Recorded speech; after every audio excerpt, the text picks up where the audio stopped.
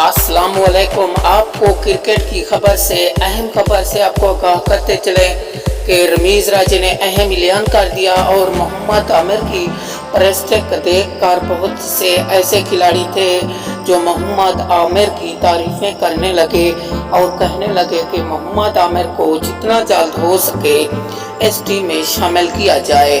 अब जो इंग्लैंड के साथ मुकाबला होगा उसमें मोहम्मद आमिर जरूर खेलेंगे।